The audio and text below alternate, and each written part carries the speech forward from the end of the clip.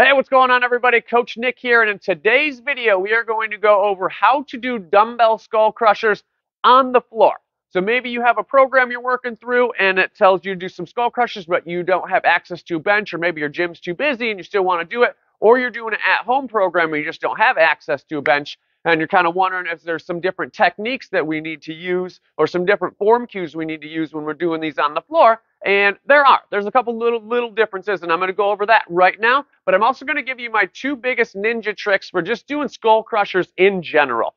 All right, so we're going to come down on the floor. So setup's just going to be here. Just bend the feet, have the back nice and flat. And here's going to be your ninja tricks here. So instead of doing this like most people where we just go straight up and down, we have this straight line right here. And then we just go outside the ears and we come straight back up again to where we have that straight line.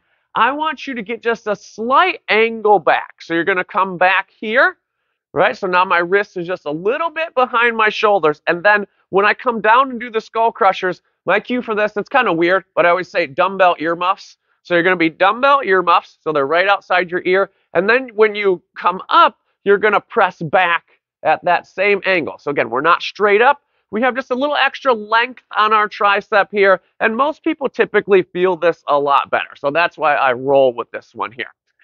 Another little tip that I like when we do these on the floor versus doing these on the bench there is you can really check your tempo on this and make sure you're not going too fast and you're controlling the weight on the way down, meaning if you just kind of bounce off the ground, like if you're doing like one of these things, we're not controlling the weight very well. But if we're down here and we just do a little tap, and then we power it up, boom, that's how we know we are good with our tempo. So usually just about a second down, second up, but we got to control that negative portion of the lift here.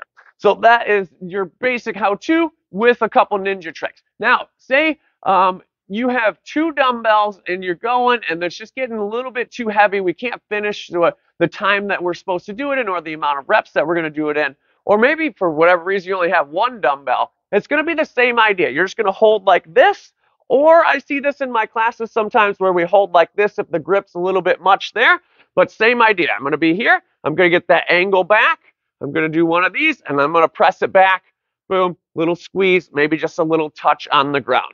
So that'd be just the same exact tips, just use the single dumbbell if we need to. One other thing here, and this would probably be more for the females, for the women that are working out at home, working out in the gym, or whatever the situation is here. If you want to make this a little more total body and get a little more glute work in here, boom, pop up a bridge, hold it there, still get that angle back, little tap on the ground or right before it, and then push it back.